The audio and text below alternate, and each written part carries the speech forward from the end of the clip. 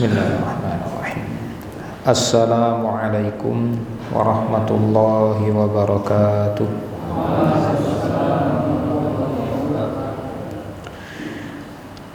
Alhamdulillahi rabbil alamin. Wassalatu wassalamu ala asyrafil anbiya'i wal mursalin Sayyidina wa maulana Muhammadin wa ala alihi wa ala ashabihi ajma'in wa ala man tabi'ahum bi ihsanin ila yaumiddin. Qala Allah ta'ala fil Qur'anil Karim, ya ayyuhalladzina amanu taqullaha wa kunu ma'as shadiqin. Sadaqallahu.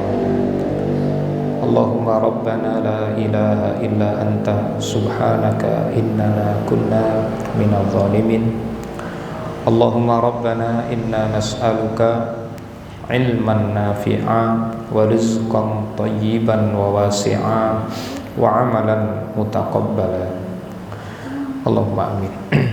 Kaum muslimin, para bapak dan ibu jamaah Masjid Baitul Jannah rahimakumullah, pada malam hari ini di pekan yang keempat di penghujung bulan Februari dan di pekan yang pertama bulan Sya'ban, alhamdulillah kita kembali diberikan karunia, diberikan fadilah, diberikan rezeki oleh Allah Ta'ala untuk bisa berjumpa kembali dan duduk sebentar dalam rangka thalabul ilmi. Mudah-mudahan Allah berikan kepada kita kelapangan hati, kemudahan pikiran untuk bisa memahami ilmu yang nanti akan kita pelajari. Dan kalau ada yang sudah benar, ya semoga diberikan keistiqomahan. Jika ada di antara kita yang masih belum paham, semoga diberikan kepahaman. Dan jika ada yang salah paham, semoga nanti Allah berikan hidayah untuk meluruskan.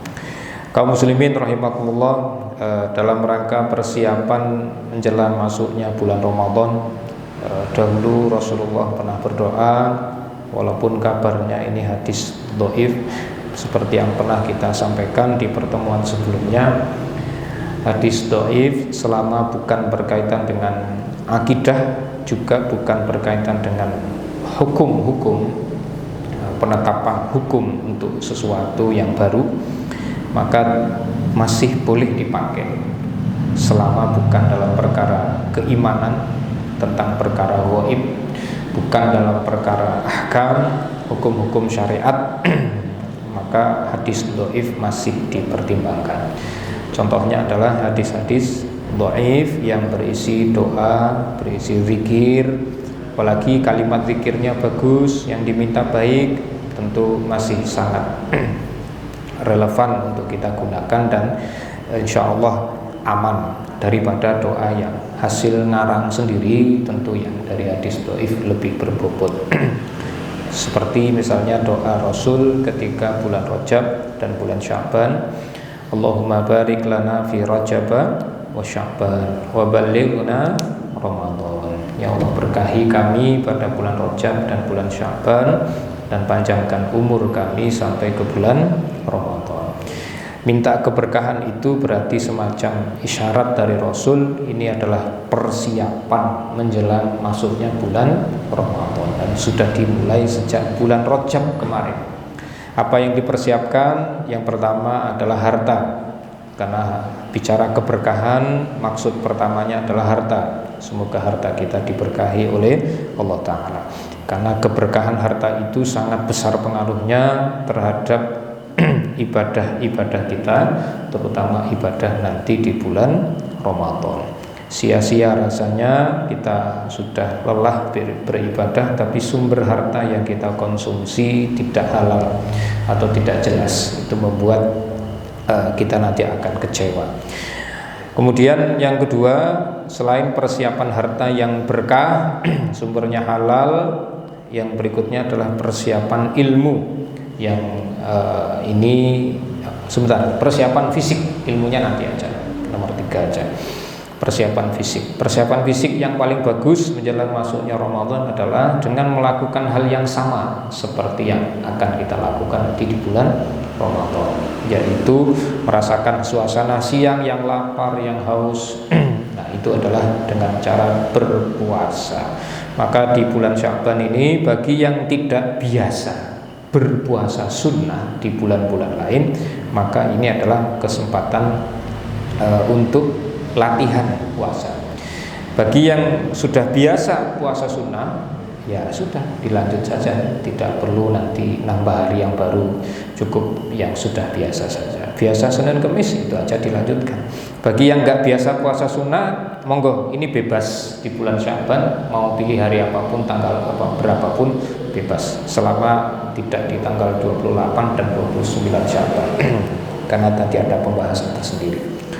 Pada malam hari ini kita akan melakukan persiapan yang ketiga, yaitu persiapan harta, persiapan fisik, dan yang ketiga adalah persiapan ilmu. Banyak sekali ilmu-ilmu yang harus kembali kita pelajari. Jika ilmu itu sudah lupa, maka wajib kita ulang kembali pelajarannya. Atau dulu masih belum paham, maka jadi wajib untuk dipelajari. Atau masih ragu-ragu tentang ilmunya, maka wajib lagi untuk belajar.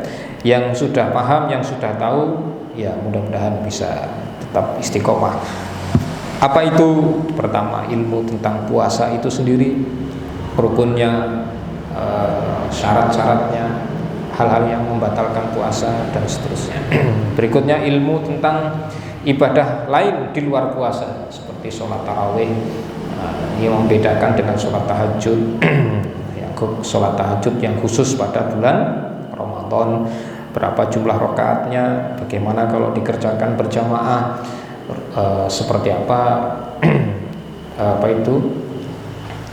prosedurnya, kalau dikerjakan sendirian bagaimana pula caranya, nanti ada pembahasannya. Kemudian nanti di tengah bulan Ramadan ada lagi pembahasan witir, karena witir di tengah Ramadan itu khusus, tidak sama dengan witir di sebelumnya. Ada apanya? Ada kunutnya. Mungkin panjenengan biasa dengar kunut itu kalau sholat subuh, padahal kunut itu bukan hanya ada pada sholat subuh, masih ada nanti di sholat witir, juga ada di sholat kunut nazilah. Juga nanti ada iktikaf, pembahasan iktikaf. Ada lagi nanti di penghujung Ramadan ibadah yang berkaitan dengan harta, zakat fitrah. Ada lagi nanti di hari rayanya, dan kabarnya ada kemungkinan hari raya kita nanti bertepatan dengan hari Jumat. Maka ada pembahasan lebih lanjut, gimana cara ibadah sholat Jumatnya kalau bertepatan dengan hari raya, atau hari raya bertepatan dengan hari Jumat. Apakah nanti siang para bapak wajib berangkat Jumatan lagi atau tidak wajib? Itu nanti masing-masing ada ilmunya. Nah, hadirin rahimakumullah, pada malam hari ini coba kita bahas salah satu di antara sekian banyak persiapan ilmu itu. Sebenarnya banyak yang perlu dibahas, kecuali panjenengan sudah hafal semua, sudah sudah ngelontok ilmunya, nggak usah diulang-ulang lagi, ya kayaknya ya tidak apa-apa. Tapi kalau misalnya sudah lupa, ya harus diulang. Kira-kira pelajaran 1 tahun kemarin sekarang masih ingat nggak Pak? Setahun kemarin dulu, Mas, sekarang masih ingat nggak? Masih Pak ya? Masih jadi. Kalau orang berangkat haji, intervalnya mungkin jauh, mungkin bisa 5 tahun sekali atau mungkin 10 tahun sekali. Itu memang mau tidak mau wajib dia belajar manasik haji lagi. Nah, kalau puasa Ramadan kan ada yang mirip, yaitu puasa sunnah. Walaupun teknis selama Ramadan jelas berbeda dengan puasa sunnah, ada hal-hal yang membedakan. Terutama ini hal yang akan kita bahas khusus pada malam hari ini. Ini juga sebenarnya masalah yang banyak sekali khilafiyahnya. Makanya pada beberapa kali pertemuan kita masih membahas usul fikih ringan agar kita bisa bersikap dengan benar ketika belajar fikih. Belajar fikih itu mesti akan berjumpa dengan khilafiyah. Walaupun dalilnya sama, ayatnya sama, hadisnya sama, itu saja masih bisa menimbulkan perbedaan pendapat. Apalagi hadisnya beda, mesti akan lebih beda lagi. Kadang ulama untuk persepsi hadis saja lain. Satu hadis ini menurut ulama ini dinyatakan sahih, ulama yang lain menyatakan hadis itu tidak sahih. Hasilnya nanti sudah bisa ditebak, ini mesti akan beda pendapat. Nah, pada malam ini kita akan membahas tema spesial. Sudah mulai masuk ke pelajaran fikih. Sekali lagi saya ingatkan, ini masalah yang banyak sekali khilafiyahnya, yaitu sholatut tarawih. Kita bahas fikih tentang sholat tarawih. Saya urutkan pembahasan kita mulai dari definisinya. Tarawih itu apa sih, dari kata apa? Apakah kata tarawih itu sudah dikenal di zaman Nabi atau belum? Tarawih itu dari kata tarwihah. Tarwihah. Kalau ibadah haji ada yang namanya tarwiyah. Ini beda, ini tanggal 8 tanggal 8 Dzulhijjah disebut dengan hari tarwiyah. Ini tarwihah. Tarwihah itu dari kata rohah, artinya istirahat. Tarwihatun satu kali istirahat. Tarawihun itu berarti istirahatnya beberapa kali. Loh, kenapa kok istirahat? Kenapa kok istirahat? Gimana ceritanya kok istirahat? Ini diambil dari wasummiyatil jalsatul lati ba'da arba'i raka'atin fi layali Ramadan bitarwihah lil istirahah. Karena dulu pelaksanaan sholat tarawih itu selalu ada istirahatnya setiap 4 rakaat. Setiap 4 rakaat, ingat nggih, setiap 4 rakaat. Ini kalimat ini jenengan tidak perhatian nanti bisa salah paham. Setiap 4 rakaat, bukan setiap sekali salam. Hati-hati. Setiap 4 rakaat. Nanti istirahat dulu. Nah, kenapa butuh istirahat? Karena di annahum kanu yutilunal qiyamah. Karena dulu Rasul dan para sahabat serta generasi di bawahnya, kalau sholat tarawih itu berdirinya lama. Yutilunal qiyam. Jadi bacaan ayatnya banyak, panjang yang dibaca. Terus apa hubungannya dengan istirahat? Apa hubungannya dengan istirahat? Kalau bacanya banyak, terus gimana hasilnya? Ya capek. Kalau capek, ya butuh istirahat. Itu maksudnya. Nah, itulah kita. Kalau dulu ya enggak. Sahabat Nabi ya enggak ngantuk. Kalau tarawih enggak ngantuk. Yang ngantuk kan kita, Pak. Kalau kita baru ngantuk. Sahabat enggak. Ya memang beda kita dengan mereka. Tapi enggak apa-apa, kita pelajari dulu ilmunya. Nanti untuk prakteknya ya kita menyesuaikan dengan keadaan kita, menyesuaikan dengan kapasitas kita. Kalau kita ingin pakai ala sahabat Nabi gimana Ustaz? Wah, enggak sanggup. Saya pesimis betul, Pak. Lanjut dengan tahu ilmunya langsung pesimis. Saya langsung pesimis. Kita mau niru Rasul dan sahabat Ustaz tarawihnya. Pesimis Pak saya. Nantilah saya sebutkan kenapa kok pesimis Ustaz. Kok Ustaz kok senyum kayak meremehkan. Betul Pak, saya sangat tidak yakin kita sanggup melakukannya.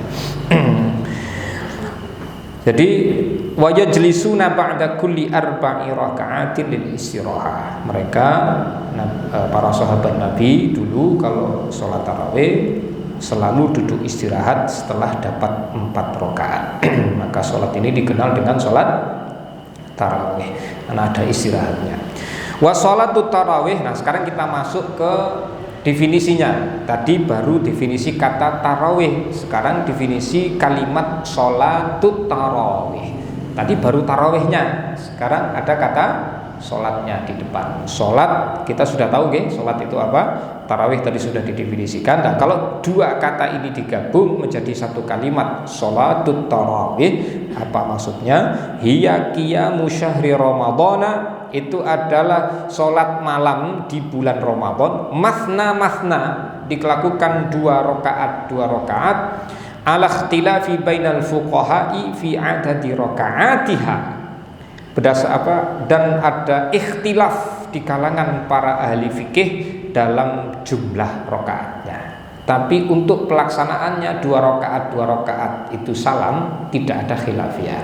2 rakaat salam itu adalah kesepakatan. Itu ijma' para ulama. Kalau ada yang melakukan tidak seperti itu berarti sudah keluar dari kesepakatan para ulama. Loh, dulu kan Rasul sholatnya 4 rakaat Ustadz, hadisnya kan sahih riwayat Bukhari.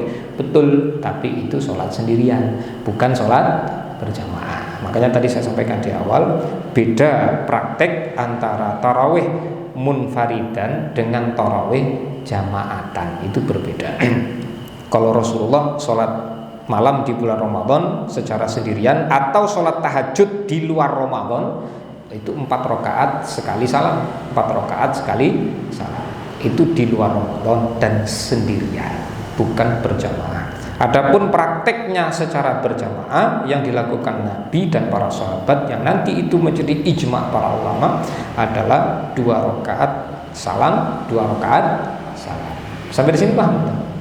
Nah, jadi bisa dibedakan Pak, karena nanti berantem gara-gara dalil, lo ini kan hadisnya Sahih Bukhari Ustaz. Nanti dulu, jangan berantem dulu. Kita lihat dulu itu hadis tidak bisa dipahami apa adanya. Karena ngaji fikih itu nggak bisa serta-merta ketemu hadis terus kita simpulkan, bahaya. Tanya dulu kepada para ulama, gimana sih para ulama membahasnya? Nah, biar kita selamat. Wa fi ghairi dzalika min masailiha, dan masih ada ikhtilaf-ikhtilaf yang lain yang berkaitan dengan permasalahan sholat tarawih. Tapi yang dari awal sudah disepakati. Jadi ini definisi ini diambilkan dari kesepakatan para ulama.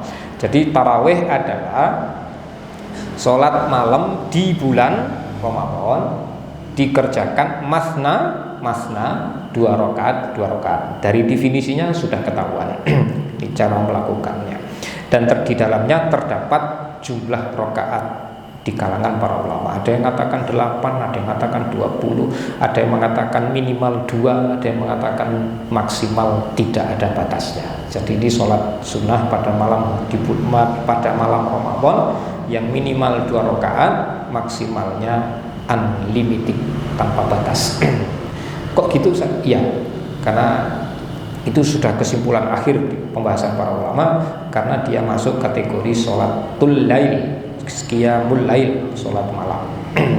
Loh kan dulu Rasul hanya 8 rakaat. Iya, itu kan Rasul. Makanya saya bilang dari awal, kalau kita niru itu nggak sanggup Pak. Nggak sanggup Pak. Saya yakin dan jenengan nggak akan sanggup. Walaupun cuma sekali tok nggak akan sanggup.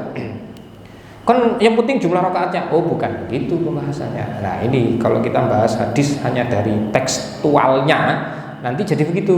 Kita lupa dengan substansinya. Loh Rasul itu dulu 8 rakaat. Cara ngerjakannya begini Pak. Mulainya pada Isya. Ini riwayat Imam Bukhari hadisnya. Karena Rasul sholat tarawih hanya 3 kali seumur hidupnya yang berjamaah. Hanya 3 kali seumur hidupnya yang dilakukan secara berjamaah. Dan semuanya 3-3-nya itu 3 malam itu semuanya 8 rakaat. Enggak pernah Rasul sholat tarawih 20 rakaat atau 36 rakaat atau lebih dari itu, enggak pernah. Lah, 3-3-nya 8 rakaat dengan tata cara durasi yang berbeda-beda. Jumlah rakaatnya sama tapi durasinya beda. Ini langsung aja, nanti jangan bisa cek hadis riwayat Imam Bukhari. Di malam yang pertama itu Rasul enggak woro-woro. Masjid Nabawi kan gelap.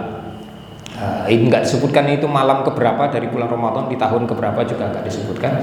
Yang jelas ada satu tahun di bulan Ramadan, di suatu tahun di salah satu malamnya ada sahabat yang lewat depan Masjid Nabawi itu gelap, enggak ada lampunya kalau habis Isya. Kok beliau itu dengar kayak ada suara orang baca Quran. Terus masuk masjid dengerin, oh ini suara Nabi, ini suara Nabi. Mereka kenal sekali suara Nabi. Oh ternyata Rasul sedang sholat. Begitu tahu Rasul sholat, dia keluar masjid nyari teman-teman di sekitar masjid yang berdekatan, yang masih bisa dijangkau. Kalau dulu kan enak Pak, tinggal kalau kita sekarang kan enak, tinggal difoto aja. Rasul sholat nih, masuk grup WA. Oh nanti pada geruduk datang ke masjid. Enak. Kalau dulu kan enggak, cuma manual gitu aja media informasinya. Jadi tidak banyak yang hadir malam itu karena tidak bisa dijangkau. Informasinya tidak bisa menjangkau banyak orang. Akhirnya mereka pada ikut sholat di belakang Nabi. Kata para ulama itu kadar sholat Nabi kira-kira membaca sekitar 200 ayat dari surat Al-Baqarah. 8 rakaat. Berarti 1 rakaat berapa ayat? 40 atau 50? 40. 1 rakaat 40 ayat. bukan dari juz 30, tapi dari surat Al-Baqarah. Kebayang? Itu selesainya 2 jam kurang lebih. Oke. Di malam kedua hasilnya gimana? Pada bubar jamaahnya atau malah tambah rame? Oh, tambah rame. Sahabat yang tadi malam ikut sholat, paginya woro-woro. Tadi malam Rasul sholat. Sholat apa? Nggak tahu, pokoknya ikut sholat. Woro-woro, semakin ramai yang datang. Di malam kedua itu yang hadir lebih banyak. Nah, ada kisah menarik di malam yang pertama. Selesai sholat sekitar 2 jam itu, sahabat yang tadi sedikitnya cuma berapa orang itu komentar gini, wahai Rasul, kok cuma segini? Kenapa tidak ditambah 8 rakaat kurang lebih sekitar 2 jam? Sahabat ada yang protes, komplain, kok cuma sedikit? Rasanya masih sedikit sebentar. Nah, di malam kedua yang hadir lebih banyak. Rasul memenuhi keinginan para sahabatnya. Di malam kedua digandakan, bukan jumlah rakaatnya, tapi jumlah ayatnya 2 kali lipat persis digandakan. Jadi kurang lebih sekitar 400 ayat. Berarti 1 rakaat 400 bagi 8. 50. 80, wong tadi aja 240 kok. Hampir 100 ayat. Masih sama standarnya kira-kira di surat Al-Baqarah. Kebayang nggak jenengan, Pak? 1 rakaatnya berapa lama tuh kira-kira itu? Itu hampir 1 juz itu. 1 rakaat hampir 1 juz. 1 juz surat Al-Baqarah 140 ayat. Nah, kurang lebih sekitar 4 sampai 5 jam. Selesai sholat, sahabat yang tadi malam udah ikut, malam pertama ikut, itu komentar, ya Rasul kok cuma segini, kenapa tidak ditambah? Oke, di malam ketiga, yang datang lebih banyak. Masjid Nabawi penuh. Dan Rasul betul memenuhi keinginan jamaahnya. Jadi malam ketiga itu digandakan lagi oleh Nabi. Jumlah apanya? Ayatnya. Jumlah rakaatnya masih sama, 8 rakaat. Jadi 2 kali lipatnya, sampai 800 ayat. Kebayang kalau begitu 1 rakaatnya? Ya 100 ayat.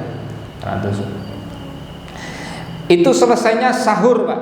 Mulainya isya, setelah isya selesainya sahur. Karena selesainya sudah masuk waktu sahur, kan nggak mungkin sahabat komentar lagi, kok cuma segini wahai Nabi. Nggak mungkin, sudah waktu sahur. Di malam keempat gimana? Yang datang semakin banyak. Bukan jamaahnya berkurang, bukan, malah yang datang tambah banyak. Tapi Rasul sengaja tidak keluar rumah. Sampai subuh itu para sahabat nunggu di masjid itu, masing-masing sholat sendiri-sendiri. Pagi-pagi habis subuh mereka nanya, wahai Rasul, kenapa tadi malam kok tidak muncul? Kami tunggu-tunggu. Kata Rasul, saya khawatir kalian menganggapnya sebagai kewajiban. Ya sudah, itu toh. Sampai akhir hayat Rasul tidak ada lagi pelaksanaan sholat tarawih secara berjamaah. Sampai 2 tahun setelah Rasul wafat pun nggak ada lagi juga. Yaitu di masa pemerintahan sahabat Abu Bakar As-Siddiq radhiyallahu. Terus dulu jamaahnya gimana sholat tarawihnya? Sendiri-sendiri aja. Di pojok sana ada 2, sana ada 3, ya masing-masing aja sendiri. Ada yang imami, tidak ada yang memandu satu masjid, tidak dikomando satu imam. Sampai sekitar tahun ke-5 dari 5 atau ke-3 saya lupa, dari masa pemerintahannya sahabat Umar bin Khattab radhiyallahu anhu, beliau kembali berinisiatif untuk mengumpulkan jamaah sholat tarawih itu yang mencar-mencar tidak karuan itu, biar rapi, dipimpin lagi oleh satu imam. Dan imam pertama yang beliau tunjuk pada malam itu adalah, ada yang tahu namanya? Nanti kalau tahu saya kasih hadiah. Namanya, ini salah satu sahabat yang masuk 4 besar sebagai guru-guru Quran di zaman Nabi, ahli-ahli Quran. Namanya Ubay bin Ka'ab radhiyallahu anhu. Ubay bin Ka'ab, ingat nama ini orang hebat ya. Sahabat Ubay bin Ka'ab ditunjuk oleh sahabat Umar, kamu yang imamnya. Caranya persis sama seperti yang dilakukan oleh Nabi di malam yang ketiga. Jangan bayangkan. Mulainya Isya, selesainya sahur. Berapa rakaat? 8. Paginya itu pesertanya Pak, jamaahnya kebanyakan bukan sahabat Nabi. Kebanyakan siapa? Generasi setelah sahabat siapa namanya? Tabi'in. Loh yang sahabat Nabi gimana? Oh, mereka udah biasa kayak gitu. Sahabat Nabi sudah biasa kayak gitu. Jadi nggak kaget dengan cara begitu, nggak kaget. Udah biasa mereka. Nah, para tabi'in itu merasa heran kok gini caranya. Itu pada paginya pada muni-muni itu apa? Apa sih? Pada ya orang ngomel lah, cuma bunyi-bunyi paginya itu. Pada ngeluh, ada kakinya pegel dan seterusnya. Kebayang ya Pak? 8 rakaat, 800 ayat, Masya Allah. Karena Umar bin Khattab sebagai kepala negara mendengarkan keluhan rakyatnya, ngeluh karena sholat tarawihnya sama persis seperti Nabi, mereka nggak sanggup. Akhirnya di malam yang kedua oleh sahabat Umar diganti caranya. Sahabat Ubay di PCI, nanti kamu tambah jumlah rakaatnya ya, jadi 20 rakaat. Tapi jumlah ayatnya sama, 800 ayat. 800 bagi 20, satu rakaatnya berapa? 8 bagi 2 40. Lebih ringan mana? 800 ayat 8 rakaat atau 800 ayat 20 rakaat? Lebih ringan mana? Lebih ringan mana? 2. Sama aja. Oh ya, untuk kita ya sama aja. Untuk sahabat, untuk para tabi'in lebih ringan yang 20 rakaat. Karena ada istirahatnya, gerakannya lebih banyak. Ayatnya dibaca juga sama banyaknya, cuman lebih cepat. Kadarnya sama, tapi temponya lebih cepat. Nah, setelah malam yang kedua itu baru sahabat Umar komentar, ni'mal bid'u hadhi, kata beliau, ini sebagus-bagusnya tambahan. Ya, Nabi nggak ngajarkan, sahabat Abu Bakar nggak ngajarkan. Itu adalah inisiatif pribadi dari sahabat Umar bin Khattab radhiyallahu anhu. Dan sejak itu ya pelaksanaan sholat tarawih di Masjid Nabawi dan di Masjidil Haram 20 rakaat. Sampai kapan? Sampai beberapa tahun ke depan.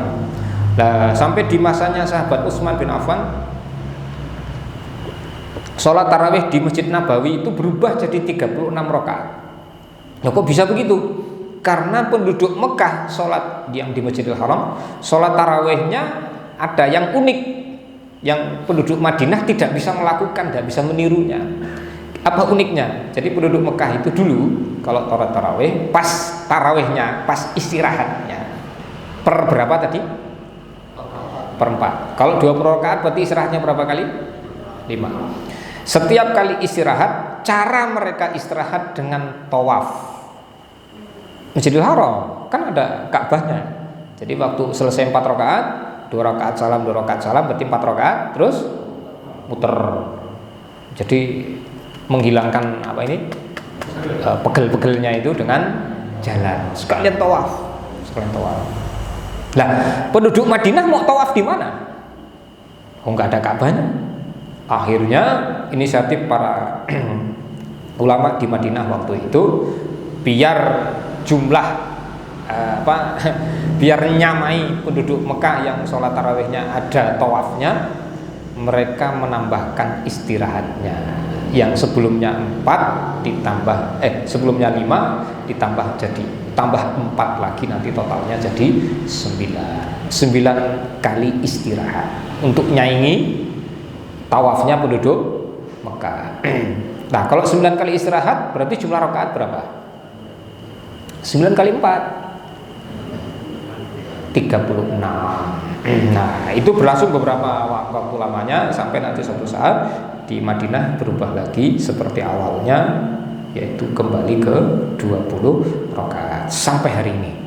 Masjid Nabawi, Masjidil Haram di Mekah, pelaksanaan sholat tarawihnya masih mengikuti seperti yang dicetuskan dulu oleh sahabat Umar bin Khattab radhiyallahu anhu, 20 rakaat, 2 kali salam, per 4 rakaat istirahat, tapi kadar bacaannya ngambil yang paling sedikit, bukan yang paling banyak. Yang paling sedikit itu yang tadi, yang pertama, di malam pertama Nabi itu berapa banyak ayatnya? Sekitar 200 ayat, terus dibagi ke 20 rakaat. Berarti satu rakaatnya 10 ayat. Oke, itu sampai ke abad pertengahan. Nah, di akhir-akhir zaman ini itu dikurangi lagi kadarnya. Hari-hari ini kadarnya dikurangi separuhnya. Dikurangi separuhnya lagi. Kalau dulu itu bisa sampai 2 juz satu malam. Sekarang tinggal 1 juz saja. 1 juz dibagi 20 rakaat. Itu sekarang prakteknya sampai sekarang begitu. Coba aja cek nanti. Kalau pas Ramadan biasanya yang punya antena parabola itu bisa menyaksikan live secara langsung penyelenggaraan sholat tarawih dari Masjid Nabawi dan Masjidil Haram. Dia beda 4 jam dengan kita. Silakan ditonton aja. Begitulah kira-kira tentang sejarahnya, dan itu sudah menjelaskan kepada kita banyak hal hadirin rahimakumullah tentang sholat tarawih. Jadi kalau misalnya ada yang bertanya, Ustadz apa dalilnya sholat tarawih 20 rakaat? Kan Rasul tidak pernah melakukan. Dalilnya adalah ijma. Dalilnya adalah ijma. Dulu kan kita sudah belajar. Dalil ada berapa? 4. Quran, hadis, ijma, dan satu lagi qiyas. Qiyas ini nggak perlu dipakai kalau ayatnya sudah ada, atau hadisnya sudah ada, atau ijma'nya ada. Qiyas tidak diperlukan lagi. Qiyas ini dibutuhkan kalau ayat nggak ada, hadis nggak ada yang bahas itu, ijma'nya juga belum ada, baru nanti bisa pakai qiyas. Nah ini ijma'nya sudah ada, berarti qiyas nggak diperlukan. Ayatnya kan nggak ada masalah. Hadisnya kan tidak ada Ustaz, ya tidak ada masalah juga. Karena para ulama, terutama para sahabat Nabi yang hadir di waktu itu, tidak ada satupun yang protes, tidak ada satupun yang komplain. Ini menunjukkan mereka sepakat. Itu kesepakatan para sahabat, disebut dengan istilah ijma' sahabi, kesepakatan para sahabat Nabi. Ini bobotnya tinggi sekali. Pendapat kita nggak ada artinya dibandingkan dengan kesepakatan para sahabat Nabi. Mereka itu yang paling paham bagaimana tata cara ibadahnya Nabi. Mereka yang menyertai Nabi, menjumpai Nabi hidup sekian puluh tahun. Wallahu a'lam bishawab. Begitu para bapak dan ibu. Kemudian apakah prakteknya di zaman dulu setiap 2 rakaat nanti ada bacaan-bacaan khusus? Tidak ada. Apakah nanti setiap istirahat ada bacaan khusus lagi? Enggak ada juga. Terus gimana? Ya paling orang-orang zaman akhir-akhir ini menambahkan zikir-zikir tertentu yang tujuannya untuk mudah mengingat. Sekarang sudah berapa rakaat? Sekarang rakaat kedua atau rakaat yang keempat. Itu untuk mudah mengingat saja. Dan itu sebenarnya hukumnya maksimal hanya boleh, tidak sampai sunnah apalagi wajib. Biar mudah mengingat. Terus gimana kesimpulannya? Tadi saya sudah sampaikan kesimpulan di awal. Para ulama berbeda pendapat tentang mana jumlah rakaat yang afdol. Umumnya ulama mengatakan yang afdol yang 20 rakaat. Tapi sebagian ulama mengatakan yang afdol yang 8 rakaat. Tapi dua-duanya bagus, dua-duanya baik dan benar. Yang 8 rakaat ya monggo, tetap nanti kalau berjamaah 2 rakaat baru istirahat. Kalau 8 rakaat berarti istirahatnya berapa kali? Cuma 2 kali. Kalau 20 rakaat baru bisa 5 kali. Dan saya juga mengingatkan bagi yang mau mengerjakan tarawih 20 rakaat, jangan jumlah rakaatnya tok yang diambil, tapi tata caranya juga harus benar. Ada tumakninahnya, tenang, nggak usah buru-buru. Masa 20 rakaat 15 menit selesai, itu gimana ceritanya? Kita sholat itu ini nanti ini sholat isya 4 rakaat itu aja bisa 15 menit kok. Padahal yang baca suratan hanya rakaat 1 dan 2. Rakaat 3, 4 tidak baca suratan, cuma Al-Fatihah tok. Lah ini 20 rakaat baca Al-Fatihah plus suratan kok bisa selesai 15 menit? Gimana ceritanya itu? Ini jelas nggak benar sholatnya ini. Ya benar nih. Ini nabrak aturan sholat, rukun-rukun sholat ditabrak semua itu. Itu gimana Ustaz status sholatnya? Ya jelas tidak sah. Capek-capek aja sholat begitu tuh. Justru saya nonton aja lewat video udah ngos-ngosan Pak, nonton aja ngos-ngosan. Apalagi kalau hadir di situ jadi makmumnya, nggak tahan saya. itu percuma saja. Nah, kenapa? Karena jelas dari sudut pandang prosedur ibadah sholat itu tidak sesuai dengan prosedurnya. Oke, kira-kira begitu. Jadi untuk pelaksanaannya sholat tarawih sudah secara umum sudah saya sampaikan. Berikutnya witir, karena dia gandeng dengan sholat tarawih. Ini witir ini gimana sih cara mengerjakannya? Berapa rakaat? Witir minimal 1 rakaat, maksimalnya biasanya sampai 7 rakaat. Dan ada 2 versi di kalangan para ulama untuk sholat witir. Ada yang mengerjakannya 3 rakaat sekali salam, ada yang mengerjakan 2 rakaat sekali 2 rakaat salam, terus nanti nambah 1 lagi. Terus gimana yang lebih bagus, yang mana? Saran saya ikuti saja yang umum dilakukan oleh para ulama, yaitu 3 rakaat sekali salam. Ini lebih bagus.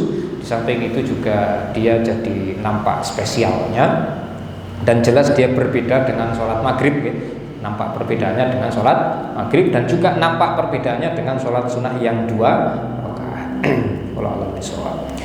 Dan untuk setelah sholat witir, apakah ada bacaan khusus dari Nabi? Kalau itu ada, karena dari riwayatnya subuhun kudus, terus Rabbul malaikati waruh. Kalau ada Rabbuna wa Rabbul malaikat itu sudah tambahan. Apa boleh gitu? Ya boleh-boleh saja, tidak ada masalah. Nah, kalau setelah sholat tarawihnya ada doa khusus enggak? Doanya biasanya adalah doa yang biasa dibaca Nabi setelah selesai sholat tahajud. Biasanya memang panjang, Allahumma anta rabbi, dan seterusnya.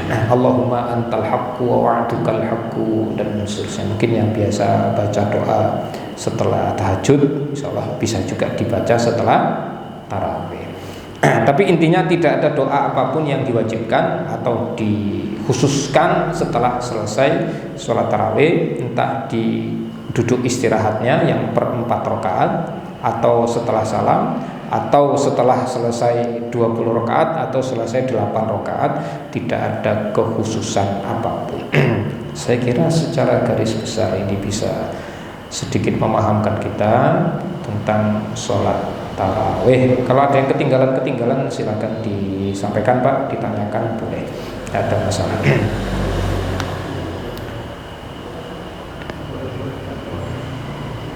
Monggo, kalau ada. Mana duluan, jenengan?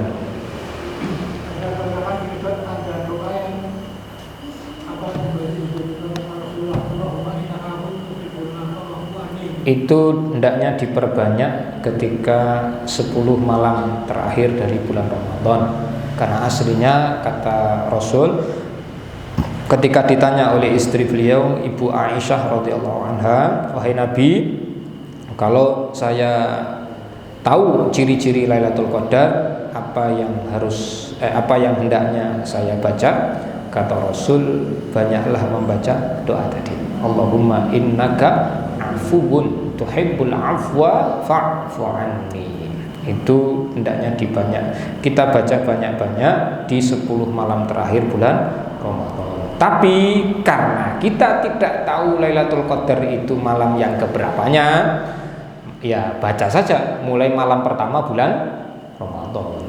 Baca saja, karena nanti kalau kita ngaji tentang Lailatul Qadar, para ulama beda pendapatnya banyak sekali. Imam Ibnu Katsir di tafsir surat Al-Qadar itu menyebutkan sampai 10 perbedaan pendapat ulama tentang Lailatul Qadar. Itu malam keberapa sebenarnya? Ya, karena masing-masing punya pengalamannya sendiri-sendiri, jadi nanti menyampaikan pendapat. Lalu kan sudah ada hadisnya Ustaz. Nah, hadis itu patokan umum saja, bukan patokan khusus. Rasul aja gak bisa memastikan. Cukup ya. Nanti setiap malam Ramadan mulai diperbanyak saja baca itu. Kalau perlu diketik di rumahnya, di print, ditempelkan di dinding rumahnya. Jadi setiap malam nanti selama Ramadan baca itu. Mas lewat ada tulisan, baca dulu. Allahumma innaka afuwun, ya Allah sesungguhnya Engkau Maha Pemaaf, tuhibbul afwa, suka memaafkan, fa'fu anni, maafkan aku ya Allah. Karena yang paling kita harapkan dari Ramadan adalah hilangnya dosa. Karena Rasul juga menjanjikan begitu Ramadan selesai, alangkah celakanya orang yang dosanya tidak sampai hilang, sampai terhapus. Karena salah satu fitur terbaik Ramadan, salah satu layanan terbaik Ramadan adalah penghapusan dosa. Itu yang paling kita inginkan. Ya nanti pahala berlipat ganda ya jelas. Monggo. Assalamualaikum warahmatullahi wabarakatuh. Waalaikumsalam warahmatullahi. Ustaz, kalau misalnya tarawih itu jadi tidak ada bilal ya? Kalau artian setelah 2 rakaat terus bilal ngomong apa? Enggak ada. Ya? Aslinya enggak ada. Paling yang awal saja. Awal pun itu biasanya bukan dari bilalnya atau bukan dari muadzinnya, tapi dari imamnya. As-shalatu jami'ah, itu aja. Dulu prakteknya dari turun-temurun sejak sahabat Nabi begitu. Ayo sholat jamaah gitu. Itu terjemahnya kan begitu. Ayo kita sholat jamaah. Jadi karena nggak ada komatnya, tidak perlu pakai komat. Karena komat dan azan hanya untuk sholat wajib dan sholat wajib berjamaah.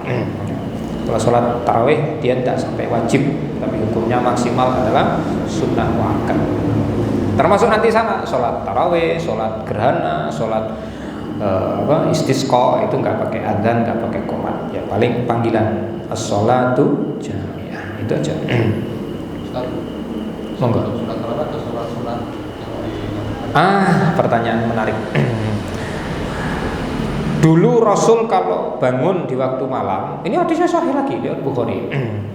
Sebelum melakukan sholat tahajud, biasanya beliau sholat sunnah 2 rakaat yang ringan.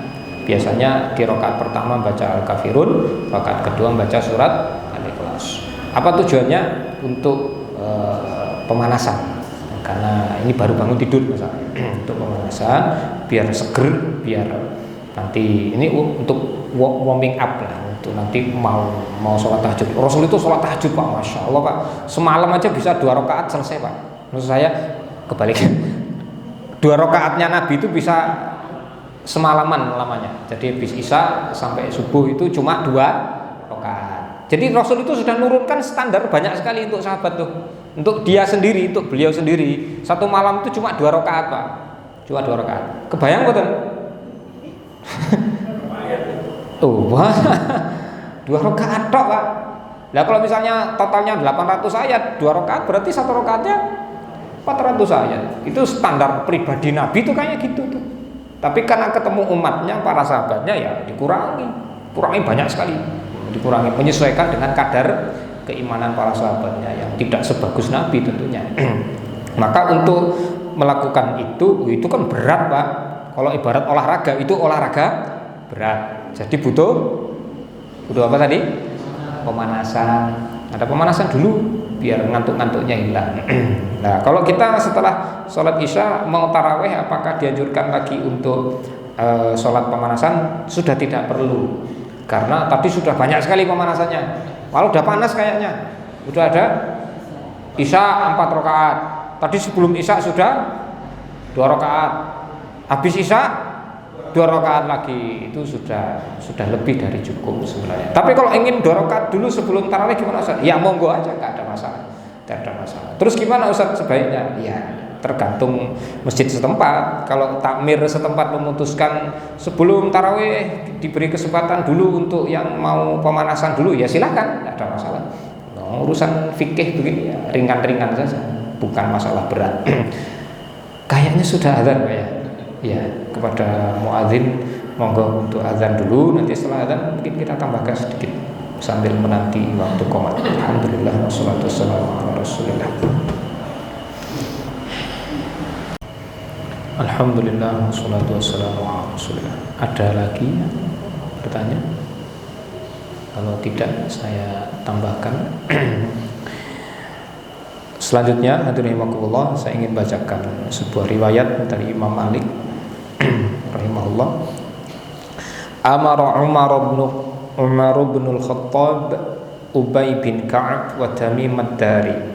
Sahabat Umar memerintahkan sahabat Ubay bin Ka'ab dan sahabat Tamim ad-Dari an yaquma lin-nasi bi 11 rakaat, untuk mengimami jamaah salat tarawih sebanyak 11 rakaat. Wa qad kana al-qari'u yaqra'u bil mi'in, dan imam membaca ratusan ayat setiap rakaat. hatta kunna na'tamidu 'alal 'asyi min tulil qiyam. Sampai kami di sini maksudnya jamaahnya para tabi'in itu berkata, kami sampai harus berpegangan dengan tongkat saking lamanya, saking beratnya. Wa ma kunna nansarifu illa fi furu'il fajri, dan kita tidak keluar dari masjid, dan kita saat selesai sholat sudah hampir terbit fajar. Selesai sholat sudah hampir terbit fajar. Ini hadis riwayat Imam Malik. Ini salah satunya. Tadi saya hanya menyampaikan gabungan dari banyak riwayat. Ini salah satunya ingin saya sampaikan. Banyak dengan ragu, maka saya sampaikan riwayatnya. Kemudian kita sampaikan berikutnya untuk tadi tentang jumlah rakaat. Aslinya hari ini yang perlu kita kaji, yang perlu kita amalkan bukan lagi membahas jumlah rakaatnya, tapi pada kualitas setiap rakaatnya dan ayat yang dibaca. 20 rakaat baca hanya mungkin hanya berapa, misalnya hanya 50 ayat atau 100 ayat, tentu lebih besar pahalanya yang 8 rakaat bisa sampai 200 ayat. Karena yang lebih afdol bukan yang paling banyak rakaatnya, tapi yang paling banyak bacaannya. Nah, untuk banyak sedikitnya nanti akan menyesuaikan dengan kapasitas jamaahnya. Kalau jamaahnya merasa berat dengan 20 rakaat, ya jangan, pilihlah saja yang 8 rakaat. Kalau berat setiap rakaat 10 ayat, ya jangan juga, maka dikurangi kadarnya. Karena untuk urusan sholat berjamaah, imam harus manut kepada makmum. Kalau sudah kalau sudah di dalam sholat, iya makmum yang ikut imam. Tapi kalau sholat belum dilakukan, nanti mau berapa banyak bacanya, imam harus nurut makmum. Tidak boleh memberatkan makmum. Itu nanti ada kajian sendiri. Dan itu juga berlaku untuk sholat tarawih, karena sholat tarawih masuk kategori sholat berjamaah. Kemudian tambahan lagi, bagaimana kalau sholat tarawih secara berjamaah dilakukan 4 rakaat sekali salam atau 8 rakaat sekali salam? Itu gimana? Secara kaidah umum sholatnya sah karena masuk kategori sholat sunnah. Tapi ada juga ulama yang mengatakan kalau 4 rakaat sekali salam dan itu dilakukan berjamaah, maka sholatnya tidak sah karena tidak pernah ada contohnya dari Rasul. Sholat jamaah 4 rakaat sekali salam, sholat sunnah berjamaah 4 rakaat sekali salam. Ini pendapat masyhur di kalangan ulama Syafi'i yang menyatakan tidak sahnya sholat tarawih 4 rakaat sekali salam secara berjamaah. Tapi di madhab selain Syafi'i seperti di Maliki, Hambali masih dihukumi sah, cuman dimakruhkan. Maksudnya makruh itu tidak disukai, kurang bagus kalau 4 rakaat sekali salam. Kenapa? Karena biasanya akan membebani makmum. Kalau saya secara pribadi memang lebih suka 2 rakaat salam daripada 4 rakaat salam, karena memudahkan saya. Kalau misalnya pas jadi imam itu memudahkan pilihan surat-suratnya. Kalau 4 rakaat itu kadang saya merasakan agak membingungkan kalau membaca suratan, karena nanti kadarnya itu kan rakaat 1, 2, 3, 4 itu semakin berjenjang. Jadi grafiknya itu menurun begini. Tapi kalau 2 rakaat itu lebih mudah untuk ngatur suratannya. Karena gini Pak, baca suratan ketika sholat, rakaat 1, 2, rakaat 1 selalu lebih banyak ayatnya daripada rakaat 2. 1. Yang kedua, urutan suratnya pun rakaat 1 lebih awal daripada rakaat 2. Paham kan?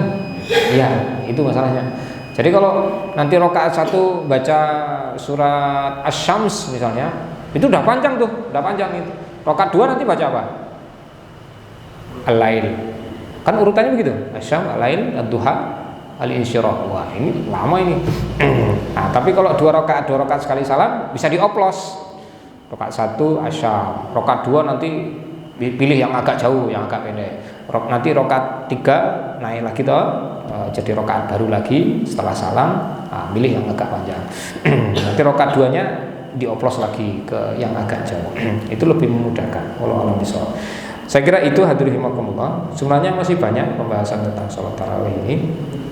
Berhubung waktu kita sangat singkat, jadi yang kita sampaikan hanya cuplikan-cuplikan saja dari pembahasan panjang di kalangan para ulama. Tadi pun saya sudah sampaikan kesimpulan-kesimpulannya. Saya ulangi kembali, kitabnya sudah saya tutup. Saya ulangi ya. Yang pertama, sholat tarawih kesimpulannya secara jumlah rakaat minimalnya 2, maksimalnya tidak ada. Terserah aja jangan mau berapa. Terus yang dilakukan Nabi 8, yang disepakati para sahabat Nabi jadi berapa tadi? 20. Mana yang lebih afdal di antara keduanya? Ya sesuaikan aja dengan keinginan jamaahnya. Yang paling afdal bukan yang paling banyak rakaatnya, tapi yang paling banyak bacaannya atau paling bagus kualitas sholatnya. Sebagai penutup dari saya, semoga ini bermanfaat. Kalau misalnya ini ada jamaah masjid yang bacaannya bagus, hafalannya banyak, dan di masjid pun sudah ada imam tetapnya, kalau dia nanti ikut sholat tarawih berjamaah di masjid, mesti dapatnya sedikit karena menyesuaikan dengan orang banyak.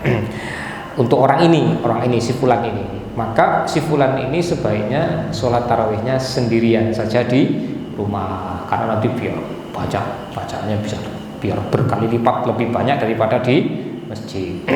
Paham betul?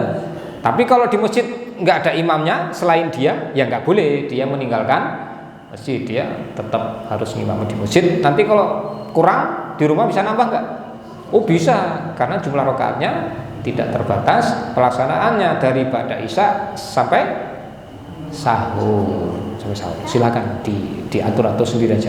Masih nanya.